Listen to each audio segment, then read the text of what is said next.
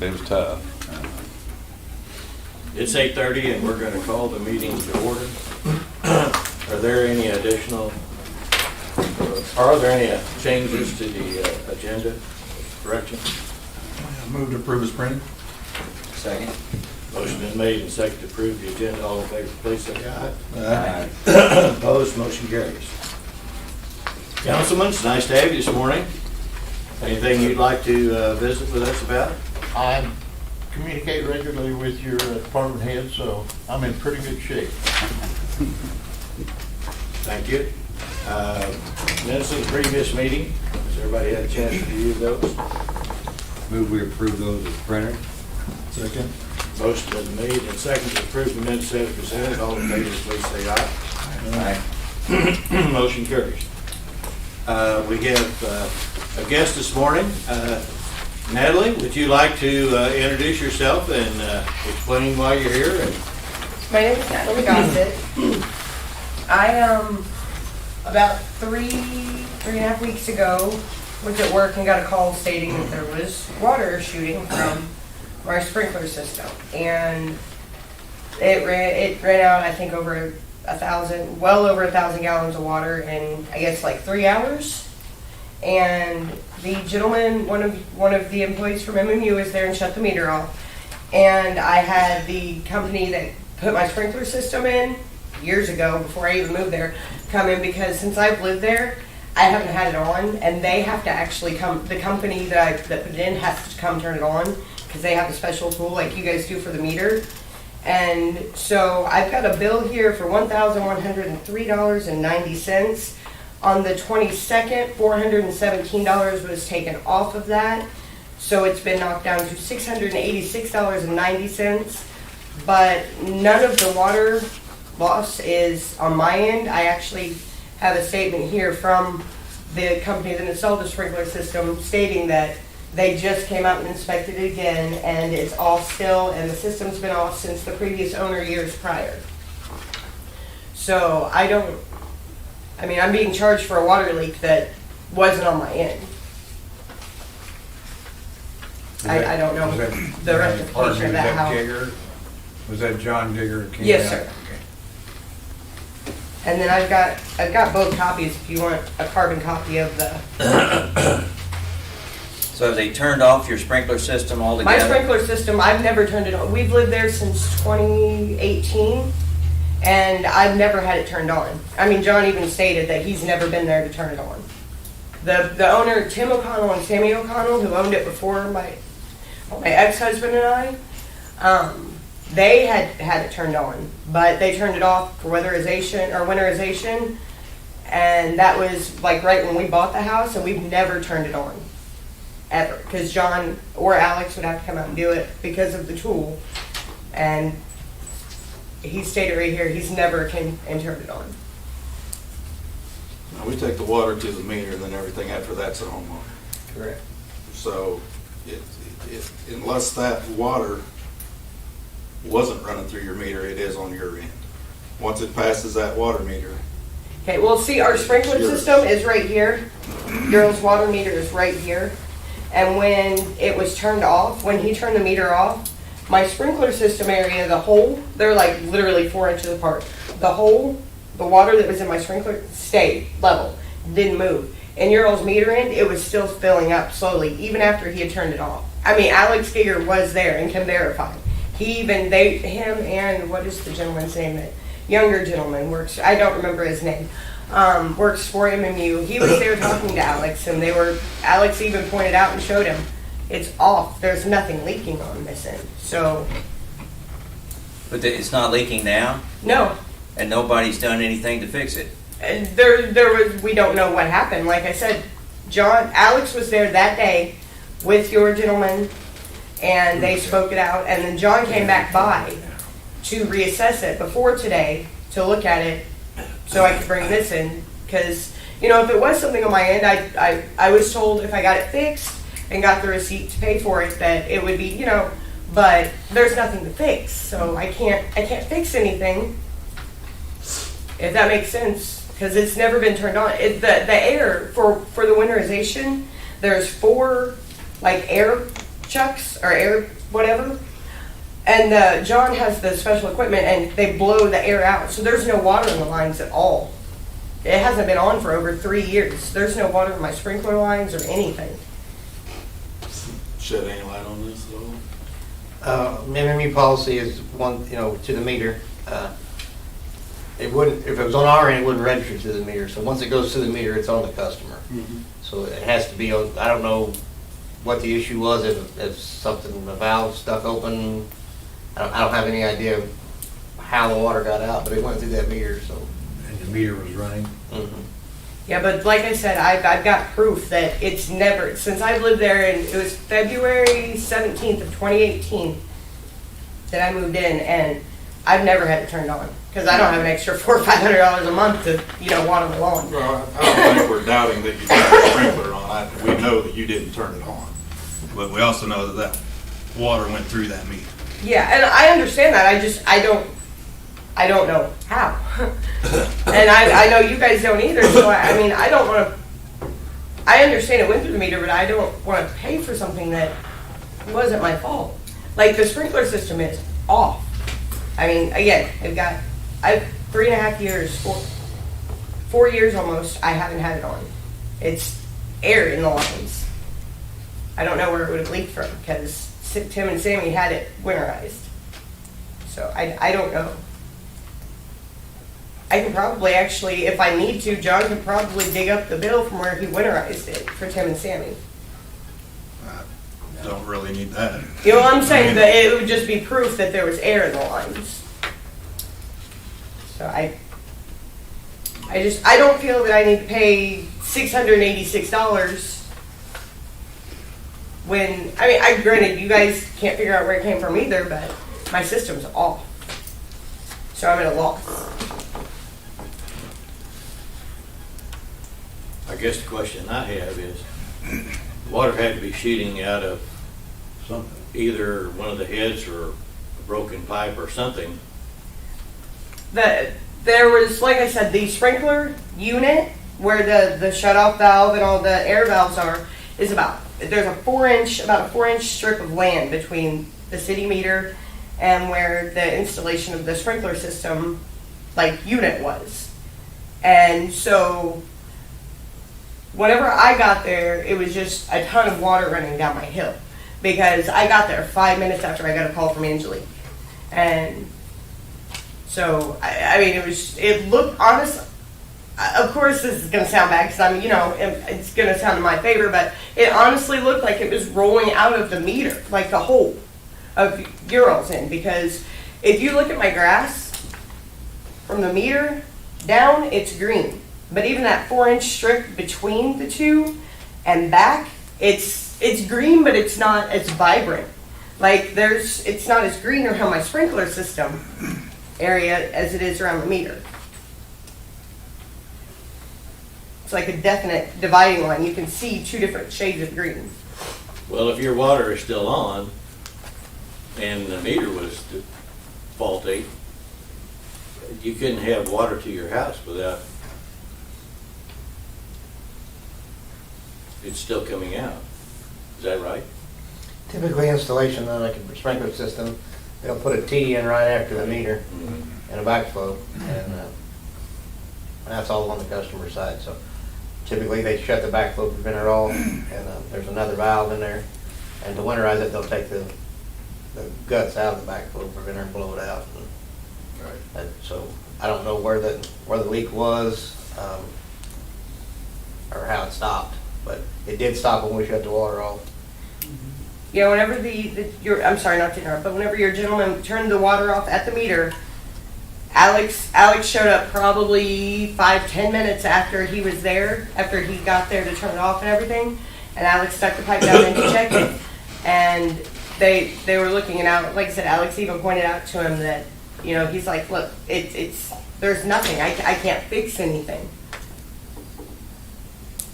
So I'm at a loss just like you guys. I'm not, obviously it's not anybody in this room's fault. It's error of nature or something. I'm just at as much of a loss as you guys. Because I've never had it on. And Especially after my divorce, because I'm a single mom now and really can't afford that crap, so. Yeah, Ken, I'd probably just recommend we take it under advisement until we could figure out a few more details. Because I think there's some holes or questions I'm needing answered as well. So I just would recommend that to the board if that's. Makes sense to me. Yeah, actually doesn't. Yeah. fully There's make- something, yeah, there's. There's something going on, there's a valve. Well, it'd be nice to figure out, yeah, exactly Shut the water off, took the what pressure off, was shut it. responsible for the leak, and I think that would help you guys come to a conclusion. So that's just my recommendation to you guys. Well, I will entertain a motion to take this issue under advisement and try to get to the bottom of it and get back to you. And the only thing I'd say is we need to give Ms. Gossett a date when we'll get back with her. Yeah, well, also you wanna on extend- the whole shut-off thing, what The are, bill, I think Tony extended her bill date 2 weeks. couple Tomorrow, weeks. it's Right, tomorrow. Yeah, so tomorrow. do we want to make an accommodation for that amount and just kind of hold that until we figure out what the cause is? I'd say, yeah, pull out the water part. Roll out The the excess, the overage. excess amount. Let her pay. Yeah, because Yeah, her we'll water, come back to this. her water charge for that month was $804. And her normal average monthly water bill runs around $31. So, like we've given her a 2-week extension, but we can extend it out longer. Yeah, when's our next bill due? The 10th, I the believe. 4th, I do believe? The 10th? Is it or the 10th, 4th? Natalie? Is it the 10th? Let me look at the date of when this was due. I can't remember if it's the 4th or the 10th. I think it's the 10th. It could, yeah, possibly. So would that work if we took that portion out, the excess portion, and got back to you before the bill on the 10th? Yes, And hopefully have something figured out. yes, that would, and then do you guys want one of these Um, from, that way you've got it for records and, I don't think we're gonna need that now, and I think we can probably call and get that if we Okay. need to from the sprinkler company. okay. But no, I appreciate that. I guess one other question, would you know, are you interested in just having your sprinkler system totally disconnected so it's not tied? Well, I was gonna talk to John about that too, because I know, like I said, single mom, and I know Alex and John, you know, not like extremely well, but I've talked to him a few times because of this, and I was gonna talk to John about getting that Okay. done, and see if I can do payments with him instead Okay. of all at once, because it's gonna cost probably $500-600 to get that done. So yeah, I was gonna go through and see if I could set up payments with him and get that too, just Thank to. you. Well, hopefully we can find exactly what the problem was, and then that'll help you as well, maybe decide how you wanna move forward. Okay. So we'll see. And there's no guarantee we'll find something, but I think we need to make an attempt to do that, so. I appreciate it, I Okay. really do. Thank you guys so Yeah, much. Thank you. How much water, we gotta be a washout somewhere. Yeah, it's substantial, so it's, Yeah, it was, Right. it was was it over 1,000, over 100,000? oh, 190,000. yeah, it was, Yeah. should be able to find where that came from, It so. was a lot. Well, I think for a matter of record, we ought to, you want to table this issue? You made a motion? Yes, sir. I'll second that motion. I'll second first. Motion been made to table the issue, and we'll get back to Natalie by the 10th of the month so that we can see what we can get done. Thank you. Any other discussion? If not, all in favor? Aye. Opposed? Thank you, Natalie. Thank you. You're welcome to stay here, you're welcome to. Yeah. Thank you. We'll move into reports. Megan, looks like you're up first. Good morning. Do you have an action item for this morning? We have completed our evaluation of the annual wage and benefit review, and the data received from that found that adjustments are needed to both pay ranges and wages. So you've got a recommendation in your packet there. It's a couple of pieces consistent with our compensation philosophy for some time now. The first part being that employees who have maintained their job performance get an adjustment along with those pay ranges so that they are able to retain the progress they've made within their pay range. And those adjustments, if approved, would increase annual payroll by $152,935. And then the second piece there are recommended merit increases that are also based on annual evaluations. Those are the increases that allow employees to, in recognition of their growth and development of skills, to progress within their pay range. And the recommended increases for that total $99,681 annually. So combined, what we're recommending is an annual increase to payroll of $252,616. That's broken down by fund in your packet for you. This is higher than what was recommended last year. What was budgeted for increases was $214,000, while we're $38,000 and some change over that budgeted amount.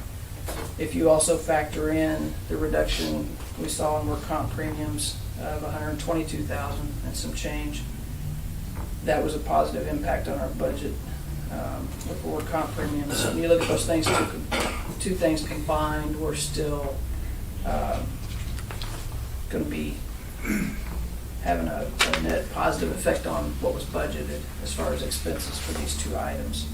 And that would take, $38,000 of that work comp premium savings and reinvest that in the employees. Basically made that happen. So we feel like that's appropriate, especially in the job marketplace that we've been seeing for some time now. And the extra dollars, really what we're doing with that, as you can probably see in the pay range charts enclosed in your packet, is putting emphasis on bringing our entry-level wages up to a more competitive place, and then more emphasis on those merit increases to allow for growth within the pay ranges. And that's going to play into our ability to be more competitive in hiring. If we can get the folks that are here moved up a little bit in recognition of their growth, that will leave a little more room to recruit and retain. And then the last item in your packet on this topic there is just a chart showing one of several national surveys that we look at annually that addresses salary budgets, what folks are projected for this year, what they actually did in past years. And these surveys are most of them are normally conducted mid-year, so mid-2021, a lot of them were 3 to 3.3% is what people were budgeting for this year. This is the first time since I've been doing this for a while now that a massive number of these surveys updated their numbers at the end of the year and in January, just due to what we're seeing in the employment landscape and the hiring landscape, so and the ongoing inflation. And those updates to those surveys, those numbers got pushed up 3.9 to 5%, depending on which survey you were looking at. So I've picked one there that has a large number of responses and just charted those out each year cumulatively, going back since 2011, what their actual increase is, and then the projected for this year again. And while we're at the upper end on what those updated surveys showed for expected increases this year, we're still lagging. When you look cumulative year over year, you can see on that chart that we're lagging behind. And while we are doing that, I feel like we've still been able to keep fairly competitive pay ranges. So I do feel that these adjustments are needed to keep us in that spot, though. So we've got their recommendation, 3 parts, always fun. I know you guys always love that. The first being to revise our pay ranges as indicated on the pay range charts enclosed in your packet. Number 2 being a corresponding adjustment to individual wages to maintain their progress in their pay range, except for those that have failed to sustain their job performance. And then number 3 being the merit-based changes of $99,681. All of that to become effective May 8th, if approved. And I would be happy to answer questions. Good questions? I do have just a couple. So, what I'm seeing, it's 4.93%. Looks like that's a percentage. What was budgeted? Did you say 3.9, or was that reference something else? Well, 214,000 was budgeted. I okay. don't have right in front of me what percentage that was, and we're at 252,600. That's fine. I think it was roughly I around think that's 4. in the budget, there's a budget note in the packet here that has that, those numbers in it, so. Okay. Well, I think I can get to that percentage. And then I think Tony's right, I think it was 4% that was budgeted. Okay. The other thing, and I'm curious, what's I don't know if you know, kind of the retention or the turnover rate within MMU? I kind of looking at those years of service and the number of employees. So I'm just kind of curious, do we know what that turnover rate is? Well, this past year, our turnover rate was at about, let's see, I just saw that number the other day. I think that it was 9%, Chuck, last year, but now, that's kind of an anomaly. It's not normally that high for us. Yeah, I know in these times it's probably higher, but I guess the thing is, so it sounds like, it's really probably pretty low, even at 9%, and it tells me that, MMU is a place where people come to work and they stay, and they don't leave, because you don't have a high turnover rate. So, just kind of maybe helps to reason why this increase is the right thing to do. Because especially for the lower levels, That's where our focus Yeah. was. it's, everyone's starting wage has gone up so much now in order to keep qualified applicants, you're gonna have to pay them a little bit more, and we're seeing that industry-wide. To get in there. Yeah, just Yeah. even to get in, Yeah.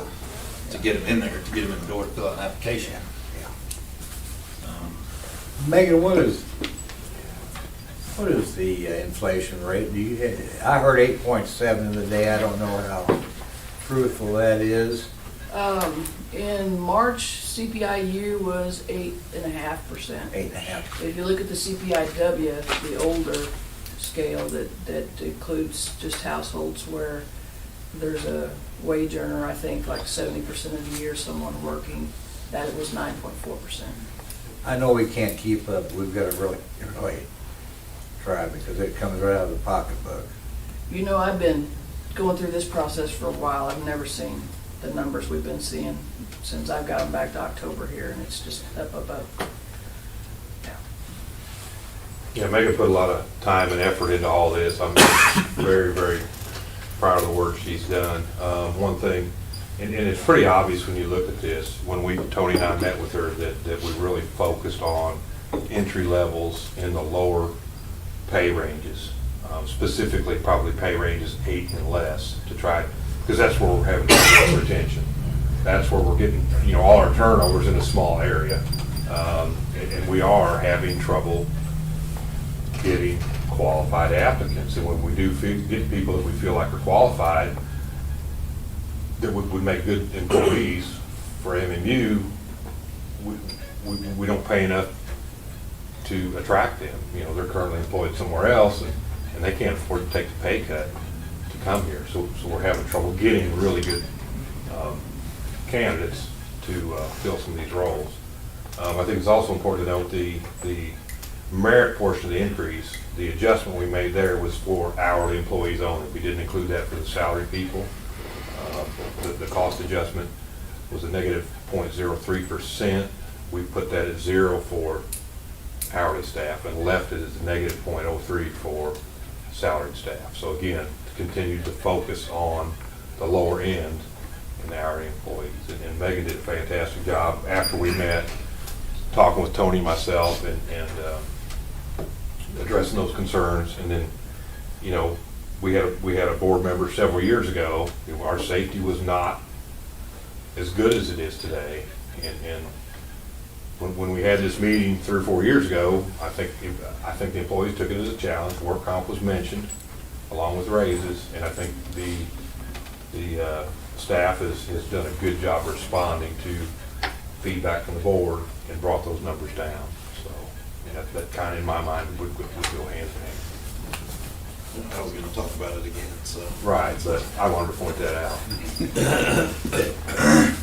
You know, if this does pass, I do want the heads of our department to go explain to their guys how important that aspect on this whole thing was. How that work comp going down $100 and some odd $1,000 a year makes it very easy to pass along, you know, to give those raises and those merit raises and stuff like that. I mean, it makes a huge difference, you know. So make sure they know that we're extremely proud of them. Just keep up the good work and don't let it slip. You know, don't get complacent in your jobs. So, I'll get off my soapbox now. No, I think that's time well spent. Good message. Extremely pleased with the way that. Well, yeah, They go and along. coming from the board, I think that carries a lot of weight. And I appreciate, as the manager of the utilities, your guys' support of safety. You've been very good at supporting that and pushing that forward, and I think it shows here. This is a direct reflection of some of the messages that have been delivered from the board, so appreciate it. Would you like to take these one at a time we have in the past, or you want to discuss it some more, or any questions? I don't know. I don't have any questions. I think it's important to I think let it's our take all employees know those that we time. appreciate the work. We're award-winning utilities. I'd like to keep it that way. So we want to do it one at a time? Is that what's been done in the past? Well, that's strictly up to you all, whether you want to take it one at a time or just do it as a group thing. Then I'll make the motion to approve 1, revisions to pay ranges and positions as indicated on the enclosed pay range charts. 2, a corresponding adjustment to individual wages to maintain individual progress within the pay range, except for those that have failed to sustain their performance. And 3, merit-based changes to wages and salaries in an amount not to exceed $99,681, each to become effective on May the 8th, 2022. Second. Motion's been made and seconded to approve revisions to pay ranges and positions as indicated on the enclosed pay range charts. 2, corresponding adjustments to individual wages to maintain individual progress within the pay range, except for those who have failed to sustain their performances. And 3, merit rate changes to wages and salaries in the amount not to exceed $99,681 to become effective on May 8th, 2022. There's no other discussion. All in favor, please say aye. Aye. Aye. Opposed? I'm gonna also vote aye. Since it was voted that I never vote. Motion carries. Thank you, gentlemen. Thank you. A couple other things I want to note real briefly here. One, kind of along the same topic, as you all know, we also try to look at benefits each year during this review. And I wanted to just kind of point out, and you probably saw it in your report, but we did make some inquiries specific to the newest federal holiday, Juneteenth, and of 17 municipalities or utilities that responded to our little quick survey. There was only one that had adopted it as a paid holiday. We also found that we were a little above the average in the number of holidays that are provided. Like a half an hour, we weren't way above average. So we're not recommending any changes to our paid holidays at this time. On vacation, we have noticed in past years and this year as well that while our our accrual rate after 25 years of service on vacation is competitive. It's been looking like other entities are allowing employees to reach higher vacation accrual rates earlier in their years of service. So this is something we want to take a little deeper dive into in the coming months. There are other things to consider. I can't just look at the vacation because I know we provide more personal days than the average that we see in most of the surveys I look at. And so kind of want to factor all those things in, but it is worth a little more detailed look. So just to make the board aware, we'll be looking at that. I want to remind you guys that the 20-year dinner is Tuesday evening. And also want to congratulate electric production staff. As of the 18th of this month, they had worked 3 years with no recorded injuries, so hats off to them. I think that's all that I have, unless the board has any other questions for me. Megan, thank you for all your hard work on this. Awesome. Thank you, Spencer. I've got a question. There's a picture of that cable. Yes, Do they have any idea what caused that? we do not. Certainly looks like it got hung up on something, doesn't it? Right. Yes. But we do not. But, you know, they go into manholes and a lot of tough environments with that equipment, so it's kind of difficult to say. Anything else for Megan? Sure got blown up, didn't it, Ken? Yeah. Well, yeah, it looked like it got caught on Oh, something. something. There's no additional questions for Megan. Thank you, Megan. Doug, good morning. Good morning, gentlemen. I do have a few action items for you today. The first being the oil containment material for Southeast Sub. If you remember, it was part of our general installation material that we had to pull out because there was some issues with the design and the material that was designed and spec'd. They no longer made that material, having difficulty locating it. The engineers have since redesigned that and had a different material spec. We did send that out for quotes. The material that the engineer designed was made by a company called Somax, and it's a bento liner. It's an EC series. We did send that out. I got 3 quotes on that. If you look at that, the top on the bento liner NS, that's an NS series. The other 2, the Bento Mat ST, that's a competitor brand. It's the same stuff. But the NS it's made for steeper slopes, which we don't have, but it's a little thicker material. It's a little stronger. I did run that by the engineers to see if it would pass, and he said his words were, if you can get that material, which is a little better material, that for a cheaper price, to go for it. But the EC series that they had spec'd is the more economical option. So that NS looked like it would work. That's something that they have in stock. They could ship in 3 to 5 days and have it here. So my recommendation is for a motion to accept the quote from Triton Environmental for oil containment material at Southeast Substation in the amount of $5,970.25.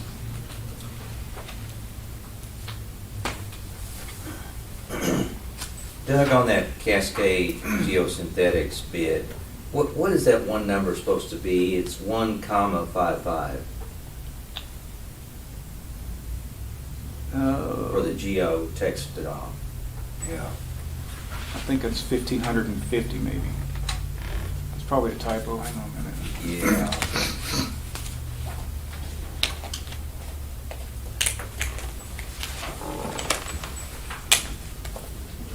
Total. Yeah, It's it's missing a 0. It's a typo.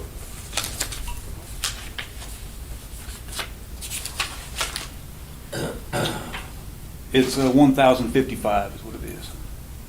1055. Yeah. Okay. Thank you.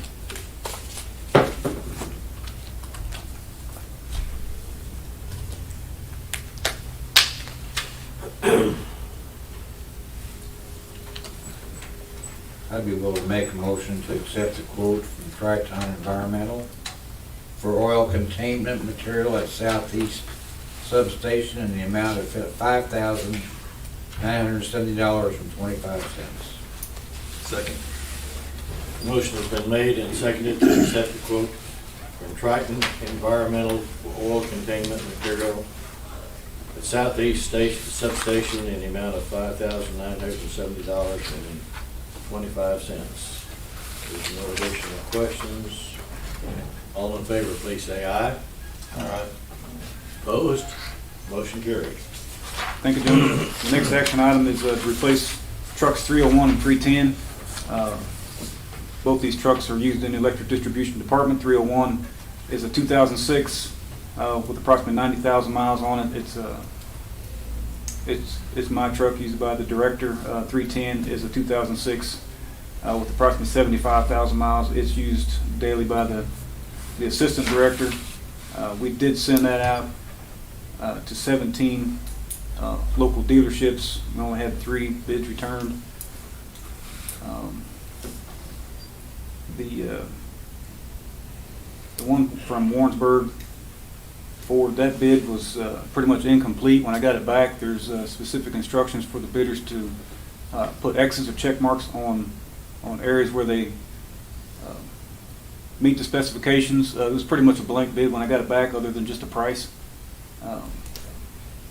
So my recommendation is a motion to accept the bid from Elmer Hare Ford for 2 half-ton trucks in the amount of $39,700 each. What's your delivery time on these? Not available. It's a 6-month minimum, so there's no guarantee when. I've got a truck right now. I think it was the flatbed truck we ordered a year ago. We still have no idea when it's going to be here. It's a guess. What else has to be done to these trucks once we get them? These trucks would be pretty easy. They're just pickups, so it'll be a radio install and the door decal, and they'll be ready to go. They'll be ready to go. And I'd just say that no more of a price difference between Warrensburg and Elmer Hare. I'd rather stay with the local dealership anyway.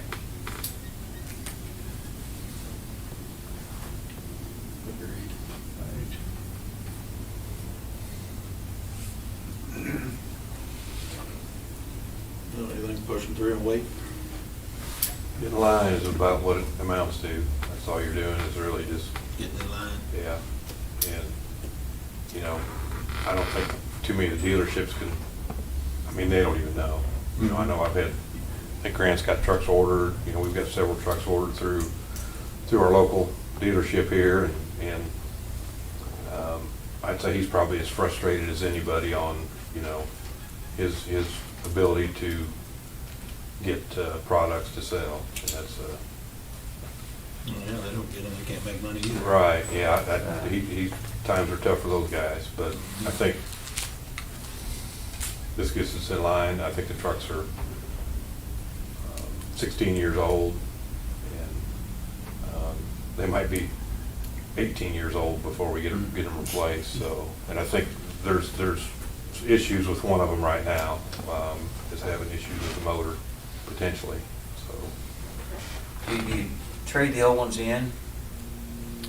No, we'll see if another department needs them. Like Jeff said, the one truck that's having some issues, we'll probably just put that on Purple Wave, get rid of it.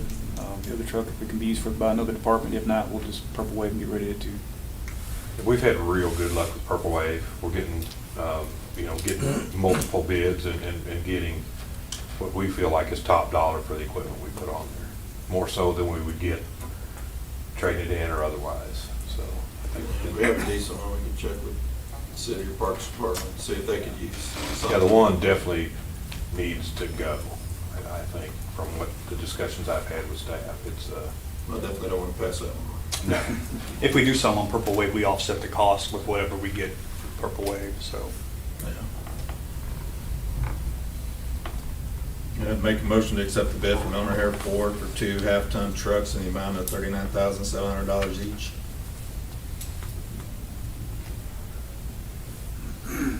Second.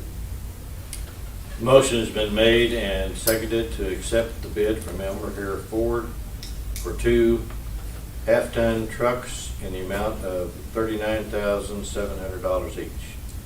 Any additional questions? If not, all in favor, please say aye. Aye. Opposed? Motion carries. Thank you, gentlemen. The third item is to replace the broken concrete here behind our office. This is at the employee entrance. This concrete is in disrepair and needs to be replaced. We did send bids to 21 area contractors. We only had one bid returned. We did get a no bid from one company. I did have one local guy come and look at it, and then he did turn a bid in, so I did call him and to try to see what the issue was there, if he had an issue with the bid document itself or what. He indicated to me he was just too busy with prior commitments and wasn't going to have time to do it this year. So with that, my motion is to accept the bid from Septagon Construction for concrete replacement in the amount of $26,430. And what they're going to do, there's a big area, we've marked that out so they can saw out and break out the bad concrete.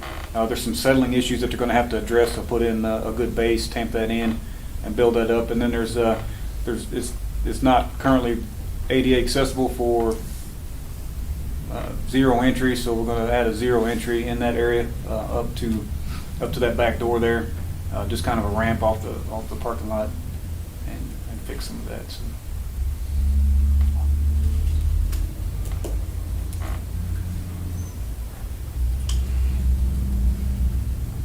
Yeah, I remember working on getting bids for this thing forever. Just can't get it done. I always If you guys notice in my section, want to. we're not the only ones having this. We had the regional roundtable in Columbia, and this is across the state. Everybody's, if you get one bid, you're happy, and that used to not be the case. It's lack of employee shortages, and you got a lot of work divided among a few people, and if they're busy, they just don't bid. I think we see a lot of that, and again, not just here, but other utilities across the state are seeing the same things. So was some of the other bidders there concerned that they couldn't get to it soon enough, or? The other company that called me and gave me a no bid they were just busy also. And then the local guy, like I said, I did view the project with him. He did get the bid document. I was concerned that he may be intimidated by the bid document because of all the information that needs to be provided and stuff. I did reach out to him and I told him that if he needed any help with that, to let me know. But he just didn't turn a bid in. And so when I called him and asked him why, it was just as simple as he was too busy, prior commitments, and he just wasn't going to have time. I didn't reach out to anybody else. Was there a start date on the bid package? I don't believe so. Do you remember, Jennifer, if we had a start date on that? I don't think I did have a start. No, I didn't. So there wasn't a minimum. It's got to be done by a certain time. So. Okay.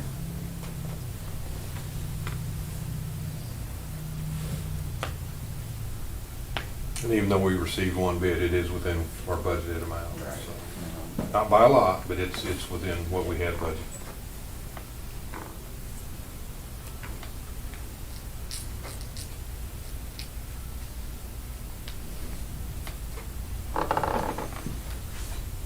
Do we just not have the time to do this in-house? Yeah, I originally thought that we would maybe do it ourselves. We just don't have time and the personnel. Plus, if I was going to do it, I'd have to rely on a lot of equipment from other departments, and I just can't depend on them not using it for the time that I need to use it. And I think really the crews with experience with concrete are typically in underground facilities area, and that's the area we're having. We're 4 or 5 short there, and have been. And if we just, I think if Grant had a full staff, we might have been able to do something here, but current staffing and shortages, there's no way we can do this. I mean, he's got a pretty full plate as well. So.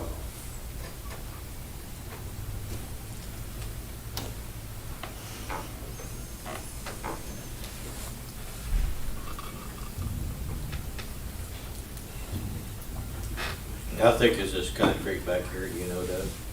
I think it's 6 to 8 inches.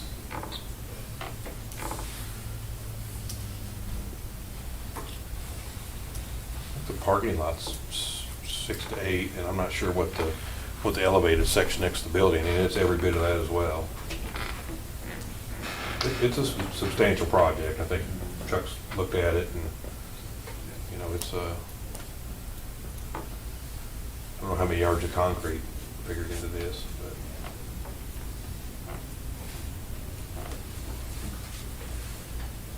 I guess the question is it, you know, do we deem it urgent, or is there, you know, can we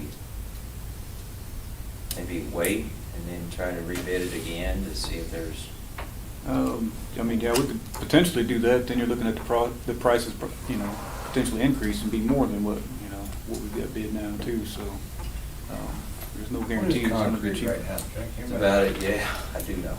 Have an idea? It's about 100, I think it's right at 160 a yard. Oh, my goodness. It's I heard it was 140. Yeah, I think it's going up a little bit anymore.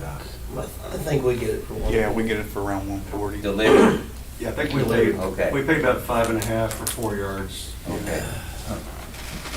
And I think if you notice too, there's a cone out there. I think if there's a safety issue involved with this as Yeah, well. that's what I'm afraid, somebody's gonna trip over, you know, Yeah, busted up and- concrete. You know, I hate to not do It'll cost you more to something repair it. and somebody get hurt. This bid would look pretty minimal, so. I know we've been messing with it for a while, trying to get this done. And I don't think it's gonna get any cheaper. looks like we finally got an option on the table, so.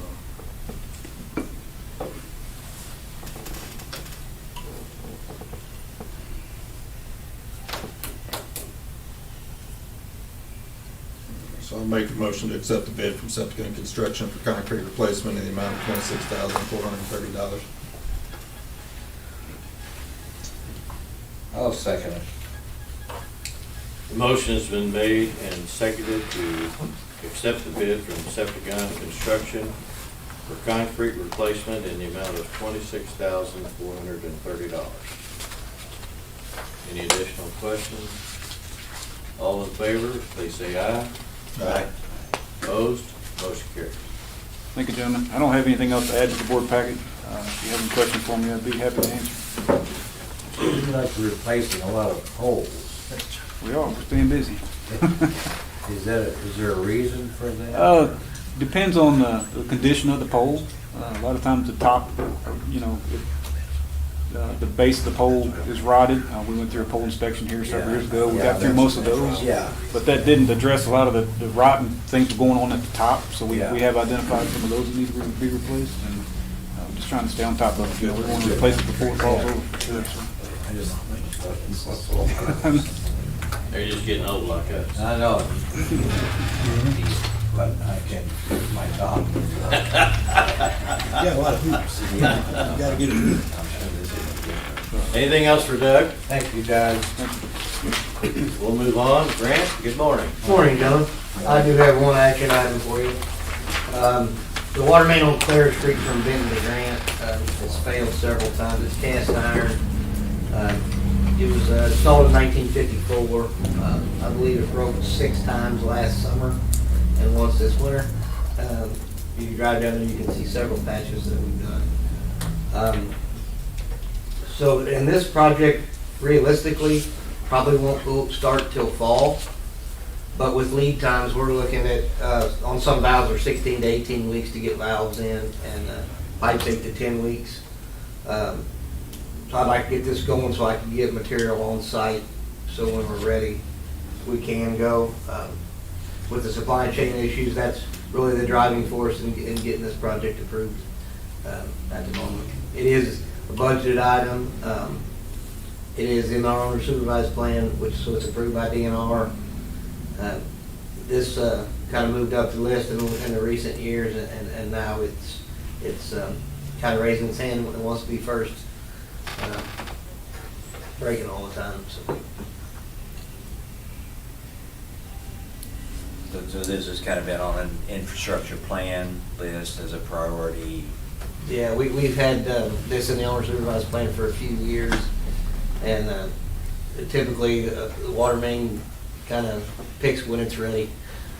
This one decided last summer that they wanted to Does this run in the street? Mm-hmm. And we will, it's gonna, the hookup's gonna be fairly simple. We'll just move over 3 or 4 foot and lay a pretty straight line. There's not a lot of bends in it. We'll be able to keep customers in service with the old main the entire time. And then chlorinated disinfectant, it's pretty slam dunk deal. I don't believe that the project will take that many days to do once we get material in and get started.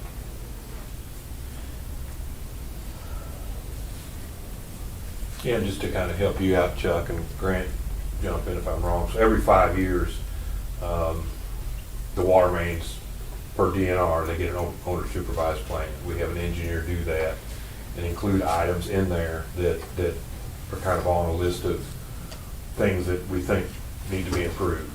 And because they're in that plan, the DNR approves it, Grant's allowed to do those. Otherwise, if it's something outside of that plan, we have to have engineering done and get it approved by DNR outside of this plan. So yeah, this is kind of an ongoing, Okay. every 5-year evaluation of the water distribution system. But just to kind of make you familiar with how that process works And a little bit.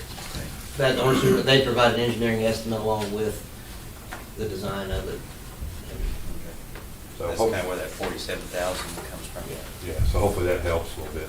Kind of. Yeah, it does. I Okay. understand. Yeah, I know you're kind of new, and just anytime Yeah. something Thank could help you. out a little bit, No, I I want to try to. appreciate it. PVC, right? We will Yeah. replace it with PVC, the old mains came. Does that 47 include our part on doing the streets back? I believe so, yeah. However, I believe the different, kind of the way I figured it, what we'll save by putting plastic in will save us cover our cost of doing the street.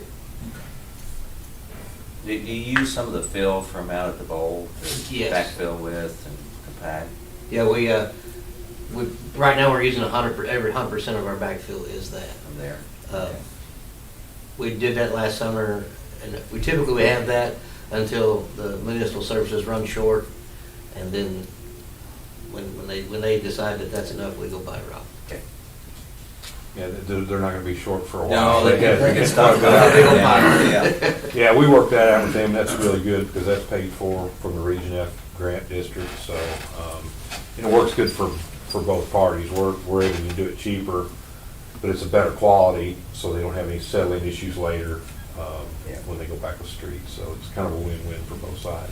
you can get a grinder for all that out the half center? Or There. what are they gonna do? Well, they wanted to fill. Yeah, Well, so they're just gonna haul it from the half center over to the field. that's already been done. It's been ground, I don't know how many It's tons. gone. Oh, they have been. Yeah, they even ground up. It looked like there's still a lot on the ground.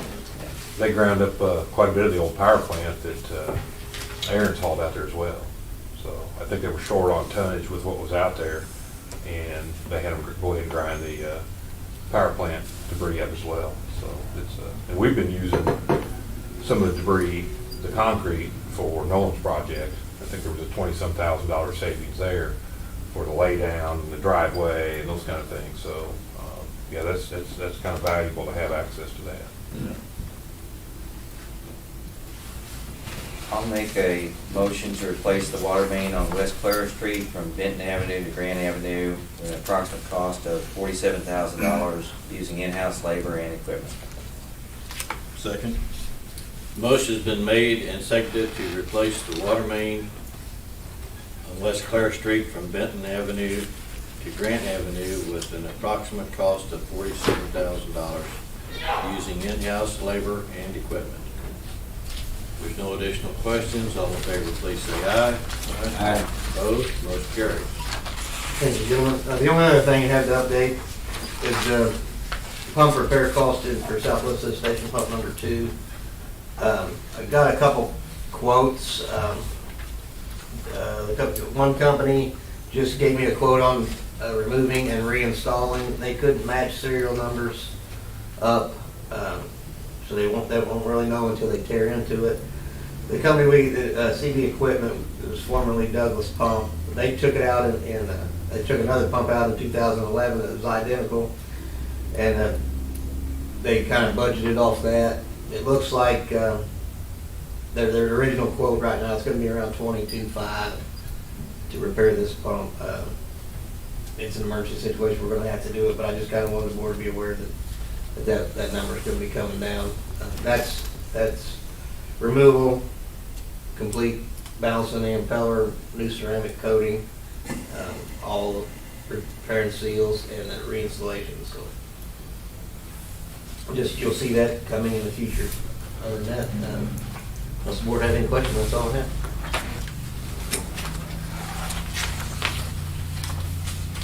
Anything else, Brandon? Thank you, John. Thank you, Brandon. Travis, good morning. Morning. I do have an action item also. Is to replace the utility task vehicle. It is a budgeted item. Our current one's a older 2003 Gator. And what we're looking at is a new one that's four-wheel drive and also would be equipped with a cab and a snow blade. Which the new one would replace the old one that we have, and then plus a lawn tractor that we use. That lawn tractor that we use, it's an older one that we've had for a number of years. I can't remember how old, it's pretty old. We're starting to have issues with that lawn tractor. It's starting to burn oil. It's very corroded. They used to use it all the time whenever they cleaned out the sludge pit and everything, so the underneath of it's very corroded. And that's the main thing that we use out at the plant to move snow. So with it, I believe the Gator would work better, or our utility vehicle with blade and everything would work a lot better for us. And we are using the Gator a lot more now, doing soil samples and everything too.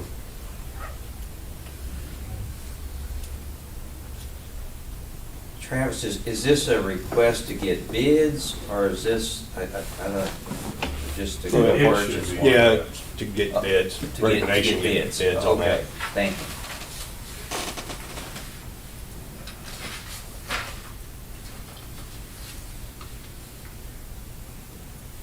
You know how old that lawn tractor is, Travis? I can't remember off the top of my head. I think it's a 90s model, if I remember right, at least. At least.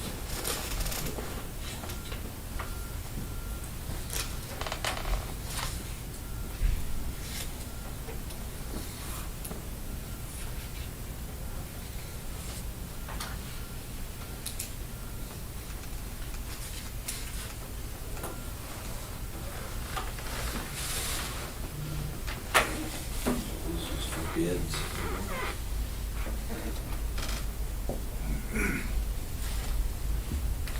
We'll know till we ask.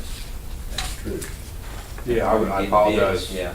Yeah, I apologize. I was out and didn't get to review this thoroughly. That's- And that recommendation should have been in there to request bids. So, I move that we request bids to replace the utility task vehicle for the water department. Is that all we need to do that? Second. Okay. The motion's been made and seconded to request bids for a UTV for the water department. There's no additional questions. All in favor, please say aye. Aye. Opposed, motion carries. Okay, thank you. Thank you. Not much else to add, other than what's in the packet. You Yes, have to there answer. is, Travis. May 16th, what happened? Yeah. They finally gave me a date, so. It's May 16th, so that's At least I have a date now. our new date. Yeah. The other day. I'm gonna be out there. Okay. If they show up with everything they need. I hope. And I'm lying, I will not. Okay. I probably will be.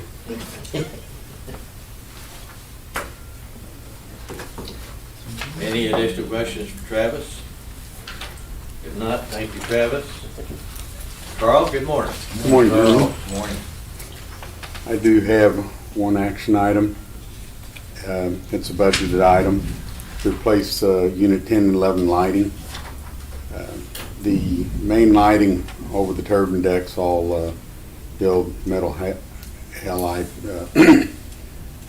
lighting, and it doesn't have any controls on it. You just turn it on and off on the breaker panel. I'm not sure why they installed it like that, but then all the other lighting on the first floor in the offices, tool room, bathrooms, everything is either fluorescent tubes or the incandescent or linear type lighting as well. This bid is for replacing all that lighting over there into LEDs.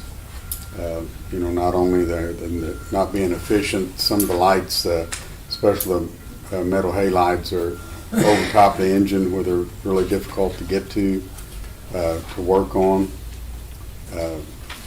The electricians have plans to move them out to where you'll be able to use man lift to get up to them and get them from the turbine deck. But replacing the existing lighting with LEDs will save energy costs and allow for that relocation, and as well as adding some controls there, switches and stuff to be able to turn them on and off as well. So my recommendation is for a motion to purchase LED lighting and controls using quotes to update the existing lighting in the Unit 10 and 11 building using in-house labor. Excuse me. How many pictures are you talking about? There,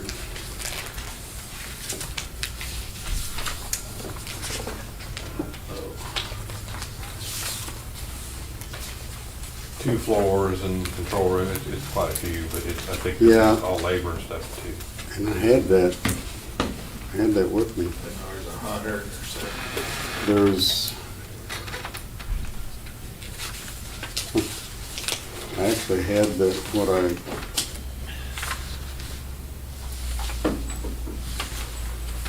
did the quotes off of, and now I must have pulled it out to do something else with it and didn't put it back in here. But there's, I think, 27 on the lower level, and then there's Those 27 400 watt metal halides? on the turbine deck, I think there's 18 of those. And then there's 27 other lights down on the first floor. And some of those are metal halides as well. Then they're talking about also the 2x4 panel lighting in the office and the other rooms up there. And there's fixtures under the generators themselves that are the linear type lighting. But we're talking about replacing out all the lighting in there, basically, with LEDs. It'd be good to get those metal halides out of here. Save a lot of money. Yeah, I don't know. Have you ran the payback on it yet? I don't know. I haven't run the payback. I think, and one of the issues with moving those, I don't know if you've been in that building, but where those, on the turbine deck, those ceilings are pretty high. Well, I don't know why, but they mounted the lights directly over the generator, so they're really hard to access. So I think part of this is to relocate those. But I think you're familiar with LED replacements. The payback's usually pretty good. About a year and a half. Well, no, it'll be more than that because this building isn't occupied all the time. So the lights aren't on all the time. But I think, the metal halides, when you go over there, you gotta warm, you gotta get over there and run a unit and on short notice.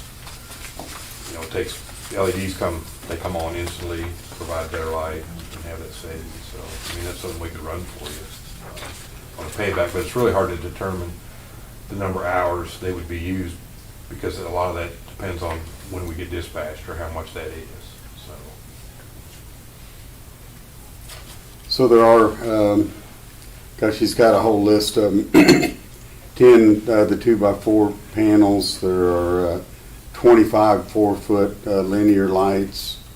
There's some lighting on the stairs. 18 high bay lights, which would replace the metal halides on the turbine deck.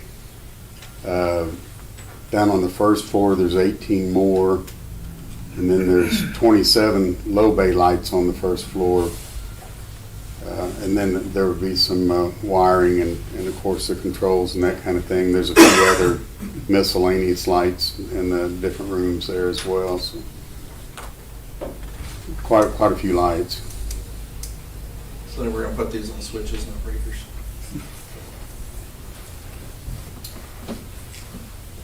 Guess it'd be a lot more expensive, but the ones with the, Sensors. yeah, motion. Most of them have, they're not too bad. They're not. No, they clip right on the fixture. Yes. Probably you go in, you turn the lights on anyway. I don't know, I'm just happy we're doing it. I've Yeah, been harping on this for a yeah. while, so. You get a bat flying around here, you might have them on. Yeah, did very well. That's what I Yeah. was thinking, maybe raccoon in there, just Yeah. lighting his way. When we came up with the budgetary number, I felt real confident that was pretty high. The way prices and everything are going now, I'm not sure how high it is. I'd like to say we would come in quite a bit under that, but like I say, the way things are nowadays, maybe not. You get your quotes back on your fixtures? Some of those are pretty high, and Pat spec'd them all out. Of course, on the turbine deck and the ceiling's pretty hot. I mean, there's some other considerations with those fixtures as well, for heat and different things there. So, you know, in the day tank room, you know, you probably want to explosion-proof fixtures and that kind What of do you thing. need on those Class 2 Div 2 fixtures over your turbines? So he's got that laid out, and some of the prices on there, I think, may be a little inflated, or they were at the time, I think, but now maybe not as much. But I still think we can come in hopefully well under that number. Yeah, for budgets, we don't typically get competitive pricing, so when we move forward with the project, we'll go out and get competitive numbers, and hopefully that brings this number down. And I don't know what type fixtures, but yeah, the day tank for the diesel will probably have to be a explosion-proof rated That'd be a fixture. Class 1 Div fixture. Yeah.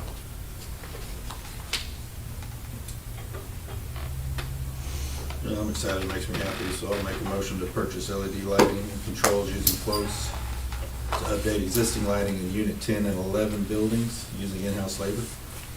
Second. Motion has been made and seconded to purchase LED lighting and controls using quotes to update existing lighting in the Unit 10 and 11 building using in-house labor. There's no additional questions. All in favor, please say aye. Aye. Opposed? Motion carried. Keep Don't those really babies have, running.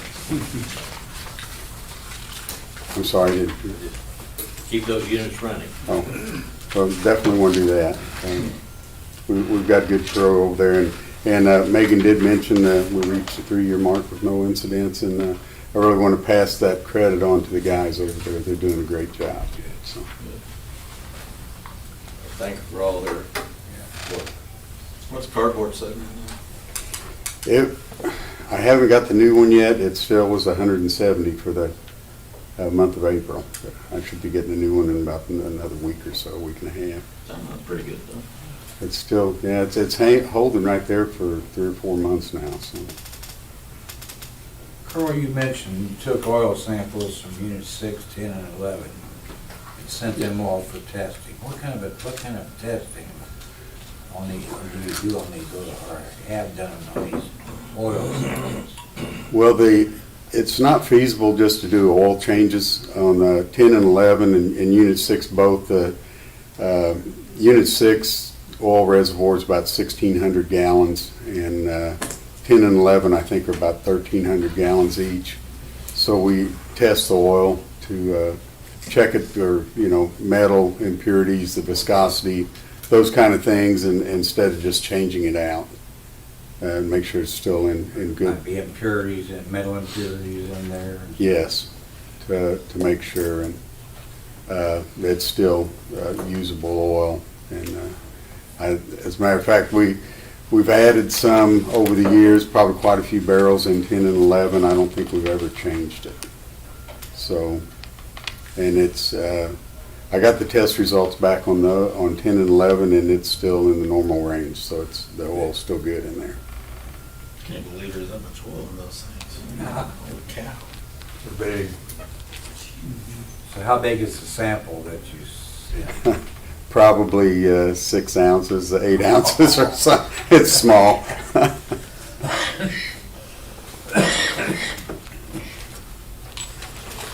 Anything else for Carl? Thank you, Carl. Thanks, man. We'll move on. Nolan, good morning. Morning, Nolan. I have an action item this morning.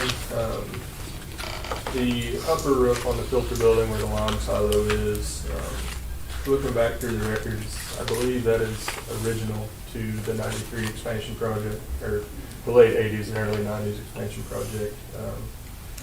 And it's just starting to show some wear, and there is a small leak that's starting to come through there. So looking for a motion to authorize requesting bids for the replacement of the filter building roof. You gonna go back with something similar to what you had, or? I think so. I don't know that we really have too many other options, honestly. How big is this area? I think it's around 55 by 20 or 25. It's not terribly large, but there is, like I say, the lime silo that sticks through that. There's an access hatch and 2 exhaust fans on that roof. So it's not a huge area, but there's a lot of stuff to work around. I just hate quite a lot. I do too. We had the lower roof was replaced, I believe in late 2017, early 2018. I'm not sure why this one wasn't done at that time, but it's in need. Is there much foot traffic on it? Maybe 3 or 4 times a year is all we seem to go up there. Once or twice a year, we'll climb up on the line silo, just kind of look down in there, and shine a light through the access hatch to make sure we don't have caking on the walls and stuff like that. But it's not a lot. Standing Any seam might be an snow and option. ice? I don't know. We haven't. Not that I've seen. Okay. What did you say, Chuck? Sorry. That standing seam might be an option. It's usually not very good for foot traffic. But that's what the roofers decide.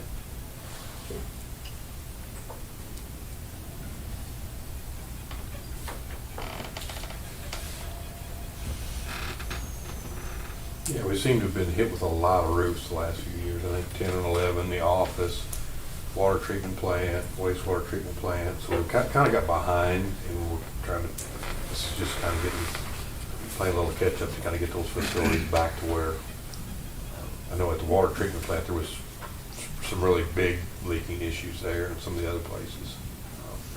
This one's not as bad, but it's just a matter of time.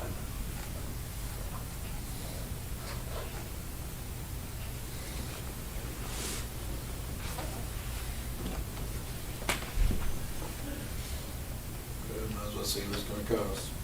Yeah. So we know, 30 years for a flatter. That's what I call it. Covers pretty good, but I still don't like it. Move we authorize requesting bids for replacement of the filter building roof. Second.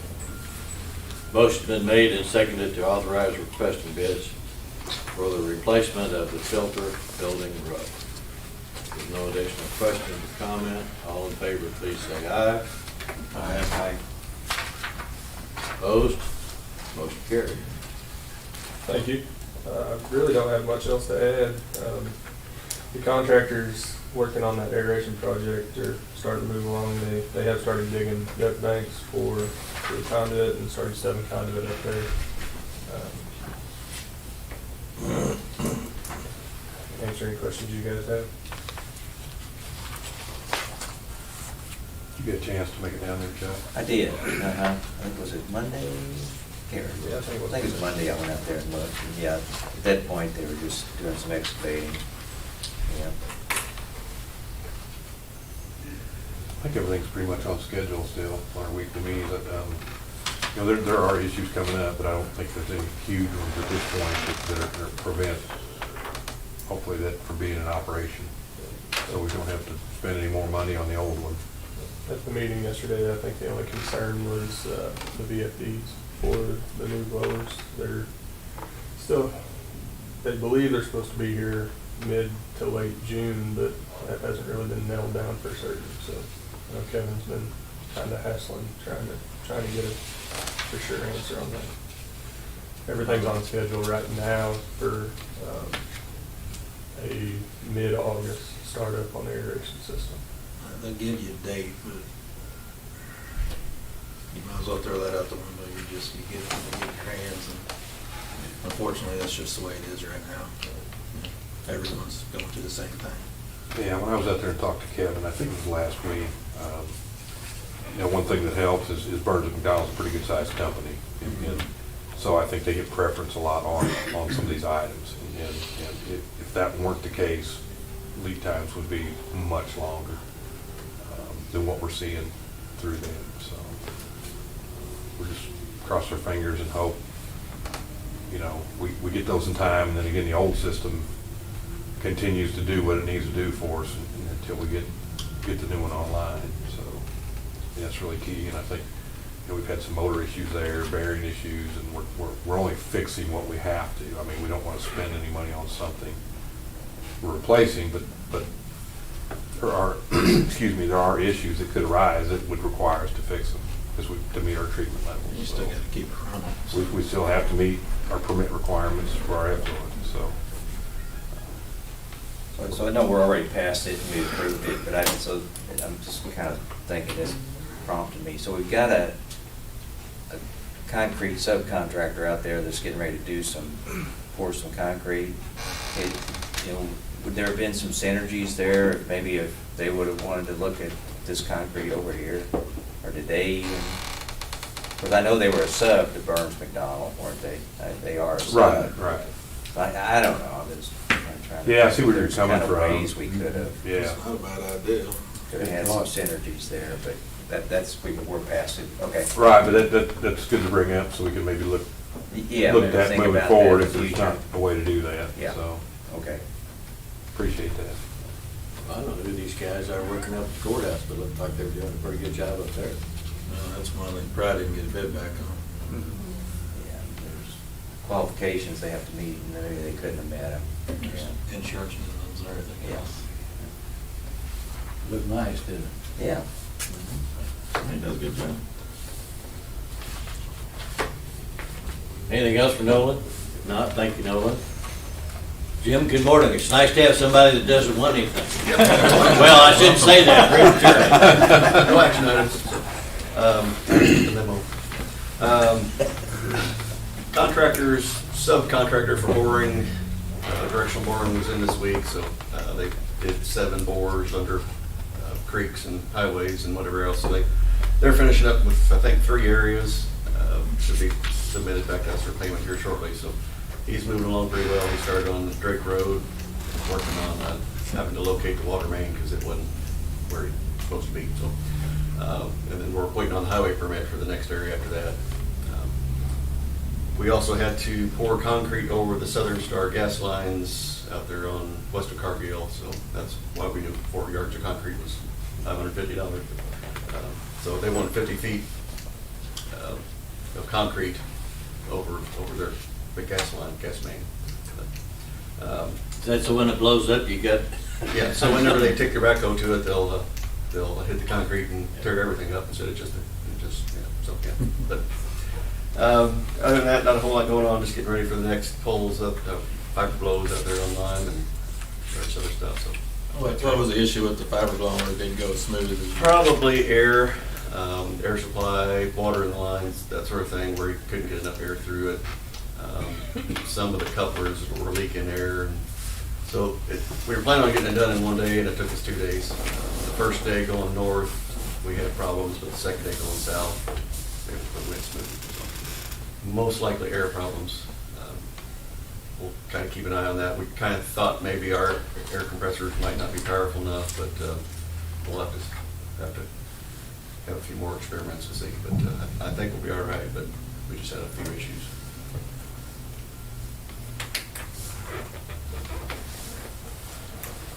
Anything else for Jim? Appreciate all your work. Thank you, Jim. Tony, good morning. Morning.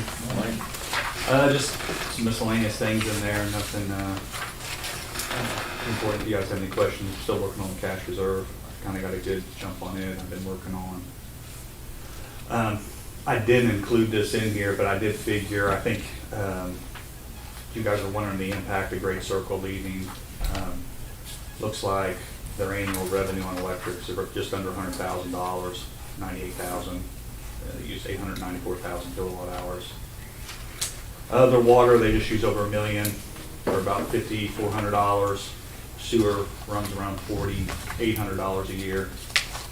And their trash runs around $9,500. So I did figure that for you guys. I just didn't get it in here. Thank you.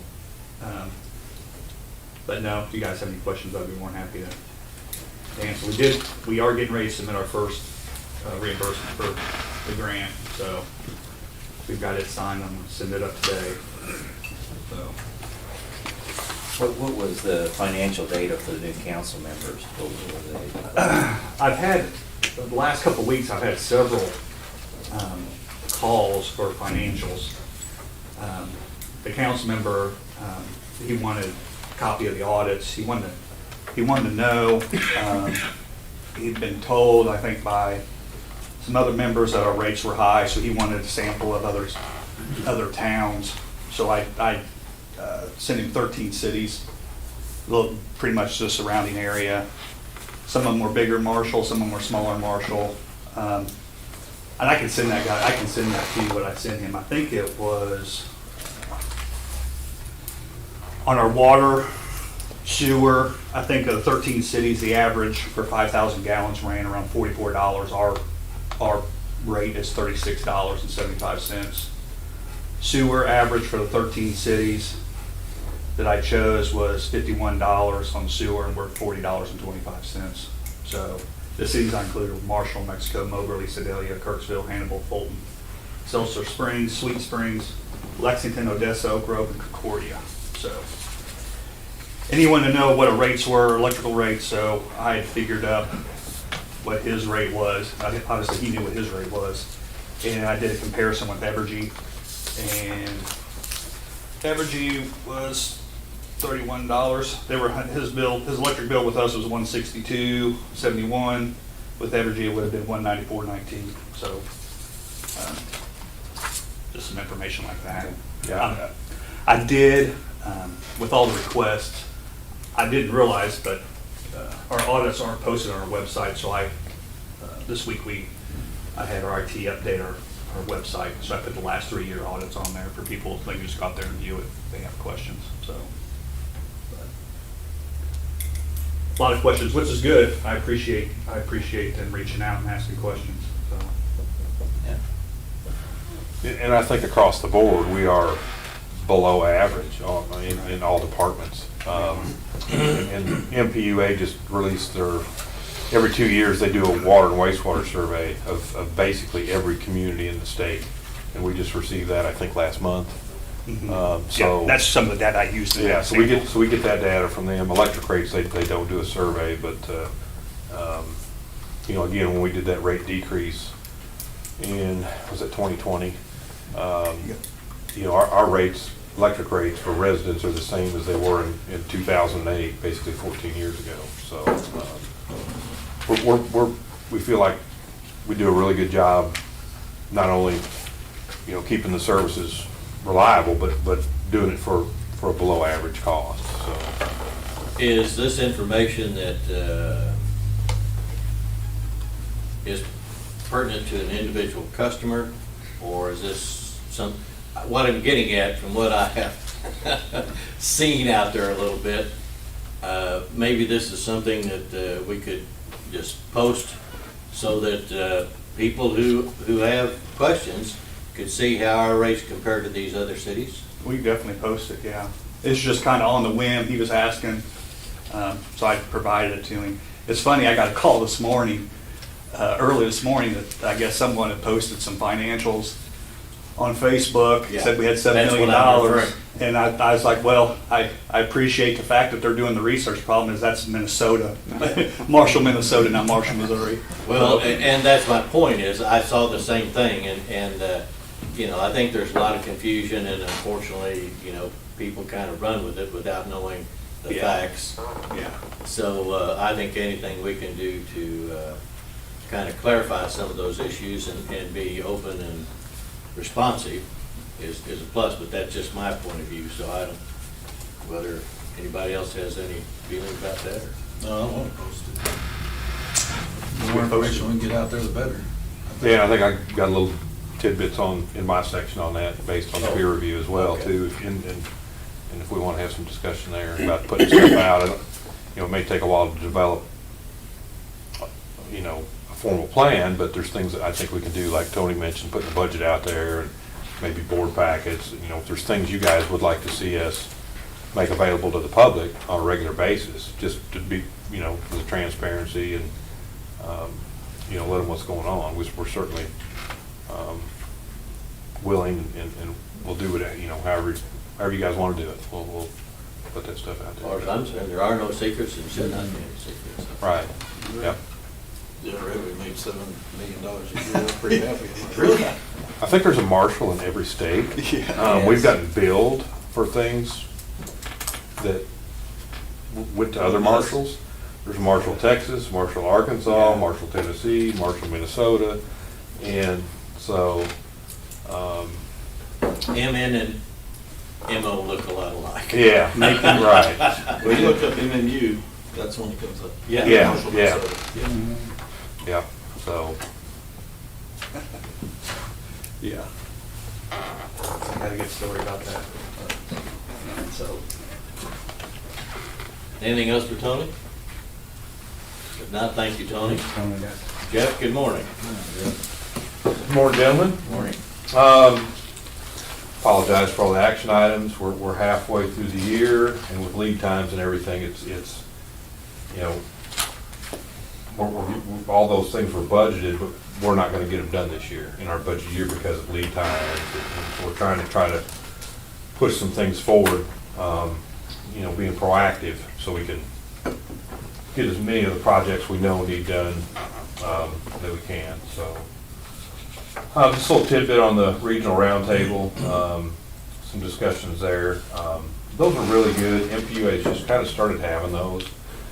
It just allows the groups to get together and kind of discuss some of the challenges and things that they're seeing, and share those in a group setting. Electric vehicle charging stations, those are coming forward. I think what MPUA is looking at there is because nobody's really done anything at this point, there's an opportunity there for maybe some procurement on a regional level. In other words, you know, instead of Marshall doing one thing and Folk doing another thing, and, you know, but all the MPUA communities kind of going off on their own, just to procure a package that would, you know, kind of standardize the type of charging stations that were, you know, your parts, your inventory, you know, instead of having to do all that. So they're gonna work towards that. And, you know, charging stations, you have to get trained to operate a charging station. So if you buy one from a company, because on the back end of it, from the software standpoint, I mean, you can set different rates for, just for instance, out of town, you know, people that charge versus residents. Or I think they're at the MPUA facility, they've got charging stations there. Well, if you're an MPUA employee, there's no charge. But if there's charges for different, you know, types of users. So, so there's a lot of different options on the back end. So there's some training for setting those up. If we you know, do a regional procurement and try to maintain the same type of equipment, MPUA could handle that back end stuff as well. So, I&I issues, everybody's got them. What I did find out is Fulton has had Burns McDonald in to do a flow study, and they were very pleased with the results. So he was talking about it and you know, kind of, you know, detailing what they've done. And you mentioned Burns McDonald, and I thought, well, now's probably a good time to ask, even though we just started, but, yeah, he was very pleased, so. But yeah, everybody's got those issues. Lead times for materials and bid responses is across the board difficult for everybody. I mean, that's just where we're at right now. Staff shortages across the board. I mean, everybody's having issues. So, one member is looking at substation modifications and additions. The thing to keep in mind there that I kind of shared with them is their system's 4160 voltage wise. Well, if you're going to spend money on a substation that you can see 40, 50 years of life out of, and all the vehicles that are made 13 years down the road from now from GM and Ford are electric, you may not want to stick with 4160. If you're going to make that investment, you probably want to go ahead and upgrade to 13.2 like we've done here, because you could have to spend more dollars on that system down the road if you're not looking that far ahead or anticipating that. So there was some good discussion there. As you guys had asked, the peer review summary, so I'm just providing updates as we move along there. And not a lot to add. I think you know, we're addressing, I think, the things that we need to for the city for July. Tony started to work on that. Those are really kind of the big items at this point. I do have one question on the, as we talked at the last meeting, the rate for the city. Have we put together kind of a cost yet of what we think are? I haven't gotten to that yet, Chuck. Okay. Yeah, I've reached out to MPUA. Yeah, I did see that, what they're discounted, but I'm just kind of curious if we've got an idea what ours are. Yeah, we're kind of going to look at both sides. That's Yeah. something we're working on. Okay, So, thank you. I did see where they had sent the email out, because typically what you do is you just, staff down there, you send a question in, they bounce it out to all the groups, and then copy you on that. So, usually it's 2 weeks or less when you get some feedback. I've done that on two things, the city rate and then the insurance recommendations. I don't know if there's industry standards or things there. I think, you know, if we're looking at this, we need to take the time and make sure we're looking at it correctly. So, doing that as well. If you notice, you know, develop an enhanced communications plan and include key customers, and I think that kind of relates to what Ken was talking about. You know, work on a formal plan. We haven't begun that, but I think there is information we could put out, you know, be it on Facebook, on our website, whether it's board packets. I think time of use rates coming up. I think the monthly market information, the heat map that Spencer likes would be good. I think that's good information. Particularly where we're at, that's how we buy power, and I think that may help them explain supply and demand and how that relates to cost. So, you know, if you guys are on board with that, those are some things we could do. If you think of other things that you would like to see as well, certainly pass those along. I think, as Ken mentioned, there are no secrets. We want to share anything and everything that we can to help people understand. Some of it's difficult to understand, but I welcome questions, and I think Tony gets calls too. I think, you know, as part of putting that out, we could let people know that we welcome questions. If there's information here that you don't understand or need help, please call, because we're more than glad to help out with that. Kind of moving on, working through FEMA still.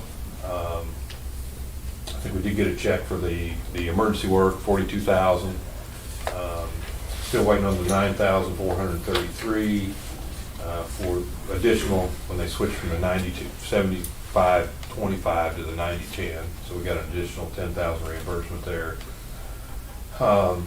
Grain Belt, last time I spoke to Ewell, he thinks there may be some compromise there where they amend the bill to not be retroactive. In other words, Grain Belt has already been approved, it's met all the requirements. To go back and really take that away, when I think $15 million has been paid out to landowners owners in easements. Well, how are you gonna go back and recoup that money?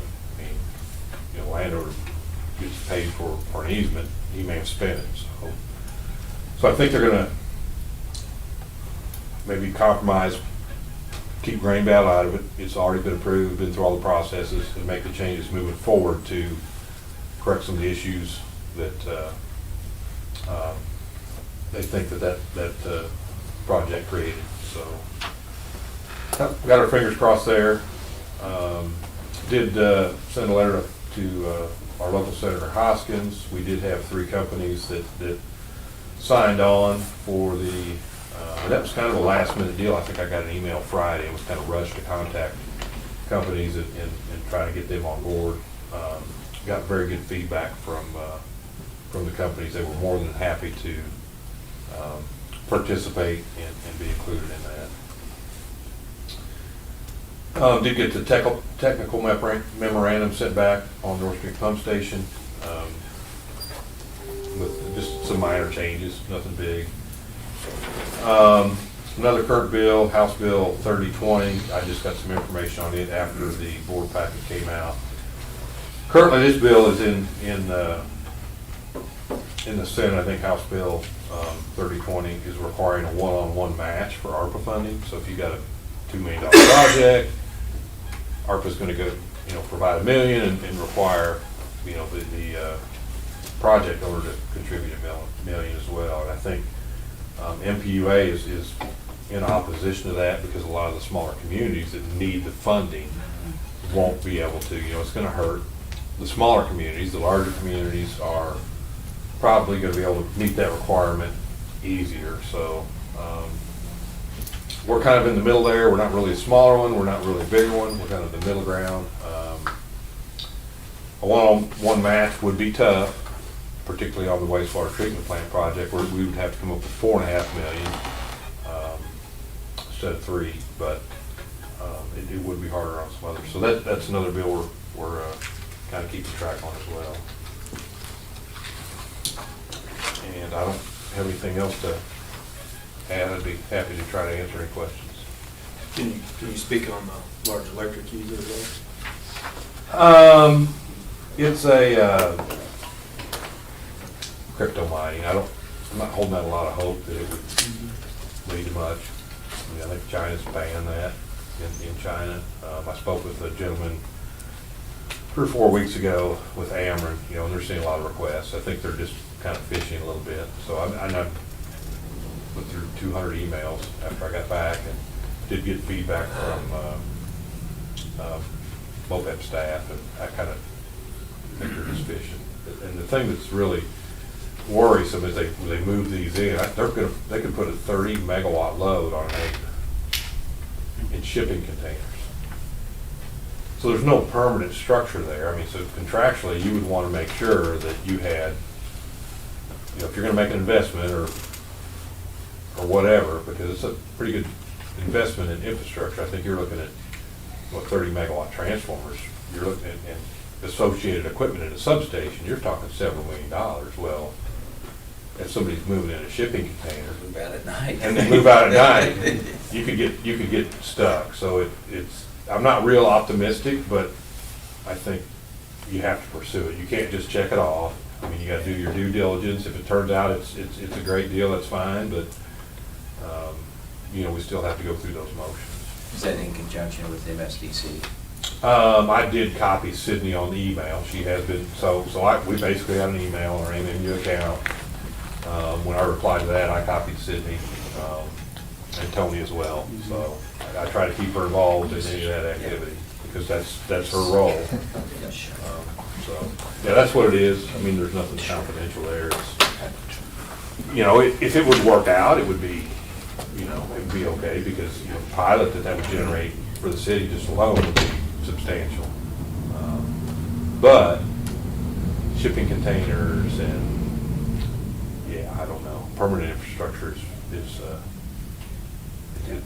if they would have to be willing to commit to a contract that would not leave us holding the bag.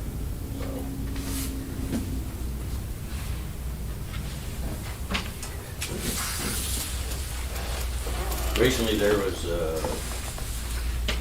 program on TV saying that they were saying there's a severe shortage of charging stations based on the number of electric vehicles that are being produced today and going out on the streets.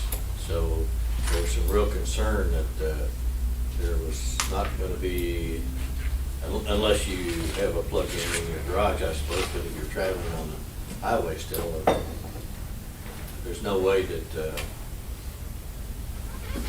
Yeah, and I think Tesla is the only one that has the fast charge capability. And so Tesla's actually puts out the fast charge stations, and then they map it. But, so I think the only thing you can charge there are Teslas.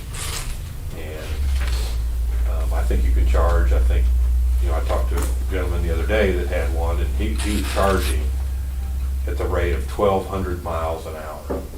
So in other words, in an hour, he could charge that battery an equivalent of 12, well, when the capacity on it's only 300 miles and you've got 100 miles left, I mean, he no more went in and got a beverage and whatever he was getting and came out, his car was charged. But that's limited to Tesla. And I think it was charged at a rate of 250 kW. So that's where your 3 fast charging stations equal Menards. So, there's going to be infrastructure issues and stuff like that. But yeah, I don't think any of the communities that I think Hannibal said they had 1 public charging station. Fulton was there, they didn't have any. So there's going to be a big push to get that infrastructure out. One thing that was discussed there as well was another utility is offering a $100 rebate if you put in a home charging station. And the purpose of that is to kind of track where these are at. So you can kind of analyze and see what impact that has on your system. So, and that may be something we want to look at down the road. I need to get hold of Mike Morgan and see if there's, if that's been being handled through the permitting process. But, if there's somebody that's capable, they could do it without even getting a permit, so you may have some slip through the cracks a little bit. But it may be important to track those too, just from a load standpoint. well, personally, I still think it'd be good to have something here locally. I think it'd be an attraction for people to come to Marshall and maybe spend a little money while they're here and see the sites. Yeah, and Tesla has an application in to put in their charging stations. And so I contacted the county commission because I thought if that could be located on the square, because you've got a lot of events that go on along the square. If the county commission was in favor of that, so I need to get back with them. I was waiting for an email, but you think, your wine walks, your return to the roost, Tesla puts one of those in, it gets mapped. I'm sure that would attract people that we wouldn't probably get otherwise. So We have 2 parked right in front of the building. yeah, there's 2 Teslas that park right in front of our office. So we know and I've seen 4 or 5 in the community, and I'm sure there may be more. And again, in 2035, GM and Ford have already announced that they will be all electric. Well, that's 13 years from now, and you don't want to wait until year 10 to try to solve this. So I think it's good that we're looking at it now and trying to stay ahead of the curve, because that's going to, obviously impact our system. Changes will need to be made at some point. So Flip over to our gas line.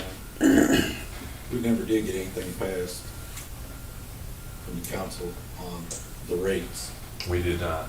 so we need to bring that back up and see if we can get a little closer to maybe not subsidizing quite as much of that. We need them to pay their share. Yeah, absolutely. And I think with their demand going up, that the revenue that we're leaving on the table because that increase wasn't passed is substantial. I don't know monthly what it is. Probably it's tens of thousands of dollars. Quite a bit now. I mean, I think that went to the council back in October, I believe. Right. So, And I think with that increase now, they're covered. We're covering all of our depreciation. we may be covering it now with that latest ratchet in their command, so. And I haven't gotten the gas line data to analyze it, but I did work with the company to come up with that rate, and a local company, and then that's who I'm waiting on receiving. They actually had a rate survey done.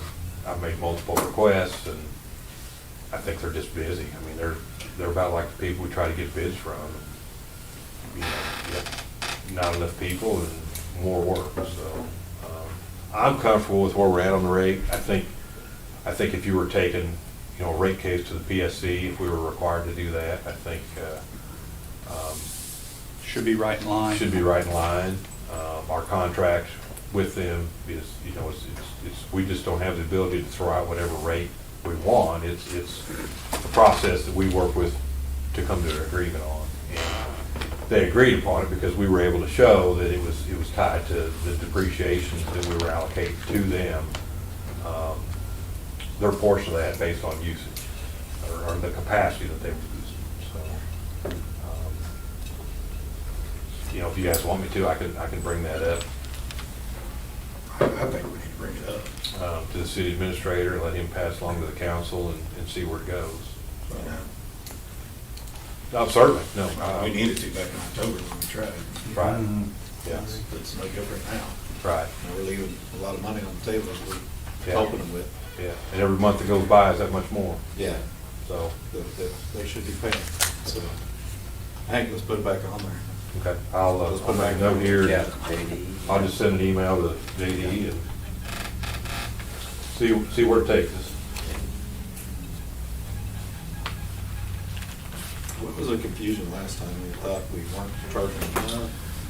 Yeah, I So we think, didn't pass it. I think when you look at the numbers as a whole, we were running in the red, but that was because It's all costed depreciation. it was all based on depreciation. We weren't allocating 100% of the depreciation to them. We don't show any revenue on the gas line on our side for depreciation. I mean, we're not, I mean, we use gas, but I don't think you calculate any payback on that. No, and we were pretty aggressive on depreciation, or at least, I think we had that line depreciated at 20 years, 30 years, whereas typically in the industry standards is 40 to 50 years. So we're getting hit with a lot more depreciation expense every year, which shows us in the red. But yet our cash is still growing in that account every year, so. Just not enough to cover depreciation. Correct. And I think that's where, you know, they looked at it, we included depreciation in there, we're still short, but the depreciation, you know, the rate was calculated to cover the depreciation that MME is responsible for. Correct. You know, at 85-15, you know, they're using 85% of the capacity and we're using 15. Well, we're not putting any money back, you know, we're not paying, because that's a department, or it's owned by the electric company. I don't know how you figure that in the books where you would pay depreciation back to yourself on that type of issue. So really looking at it as a whole, I think it appeared different than what it actually was. And I think we answered those questions. You know, I know there was people that asked, but you know, to charge all the depreciation to somebody that isn't responsible for all of it, I think we, you know, when you're negotiating a rate and trying to show that rate is based on, you know, the capacity that they were responsible for, that certainly made it easy. That their board looked at it, they approved it. I think it was fair to both sides and covered the depreciation that they were responsible for. And now with this new demand, it will cover all of the depreciation, including ours, and then some at the rate that was proposed. So, hopefully that, Like to bundle it back up, put it back in Yeah. front of them.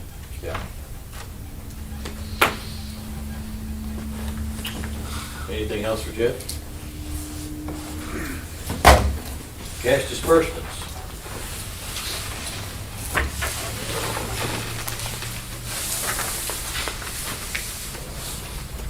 I thought we were gonna see a little higher number.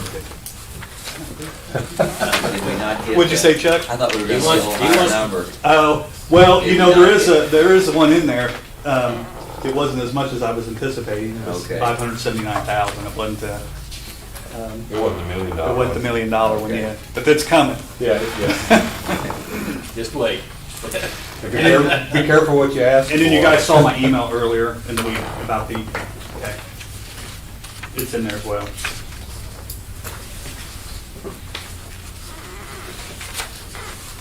Those are really the two bigger items. You're gonna do a little more studying on Ms. Gossett's request. What we're doing. Ms. Gossett. And Natalie, her Natalie. water. Oh, yeah, yeah, Do a little more studying. yeah, yep. Well, I think just finding out where the leak was, I think that's, if you could point, Ms. Gossett? Yeah. Who's gonna take the lead on that? I think Grant probably, that's kind of his area. And Okay, we'll you can go see. look at it and see what you. And I think even if we have to look a little bit on the private side, it's kind of close there, but in my mind, it would be nice to identify where the leak, what actually was leaking. And, Just kinda wanna make sure we. well, I mean, I think it just makes both sides feel a little bit more comfortable about, Yeah. you know, how to move forward. And, you know, if she plans on spending money to have the irrigation system disconnected, well, if that wasn't the cause, then, you know, I'd hate to see her spend money on something that wasn't a problem, so. But yeah, no, we'll work on that. But it's, you know, it's. It is on her side of the meter, Well, the but meter got it's, it, but nothing's changed, you know, the Yeah. meter's turned Yeah. back on and yeah, that's the head scratcher. that's what, yeah. So did a valve on the sprinkler system fail enough and then it reset? I don't know. The way, the backflow preventer, if it was charged, that's kind of possible, but if it wasn't, you know, if the backflow preventer's off, I don't know how water got to it. Yeah. You got 120,000 gallon, like Steven said, Yeah. it had to leave a mark. I think the water was shooting up high enough where Tanner saw it from the street driving by, you know, so. And what location was it shooting up? Was it Yeah. near that meter? I think when he irrigation got in to connection? turn it off, there was enough water in the yard that it was coming back into the meter. Oh, so it was coming from, Up the hill. Up the, yeah. but you guys weren't able to identify where that was at? I haven't yet, no. Okay, well, we may, Grant and I may go over there and look at that, that may help me out a little bit too, so.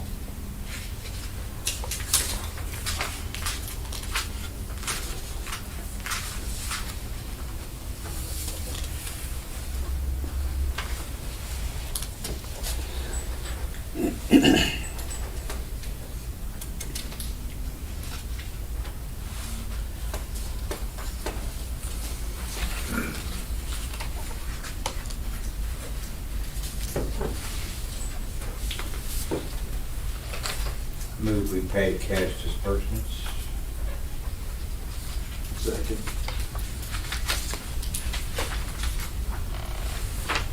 We'll give Chuck a minute to look if he's, okay. There's no additional questions about cash disbursements. We have a motion and a second. All in favor of paying the bills, say aye. Aye. Opposed? Motion carried. Next meeting is Thursday, May the 12th. Is that going to be everybody's schedule? Okay. Tim, it's always a pleasure to have you here. Hope Thank you, you'll Tim. come back and visit us. I do have a question.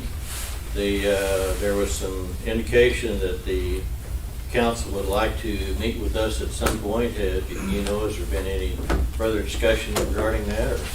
Not to my knowledge at the present time. We're kind of busy putting out fires in our own backyard first. Okay. Well, I just wanted to make sure that you all knew that, at least from my point of view, we're available anytime that you would like to meet and try to answer any questions or do what we could or anyway, so. Certainly, and in speaking on behalf of the council, I would say that the same invitation is open to all of you. If there are questions that you have with the council person, the mayor, the city administrator, I know the phone lines work both ways. We appreciate that. Is there anything else?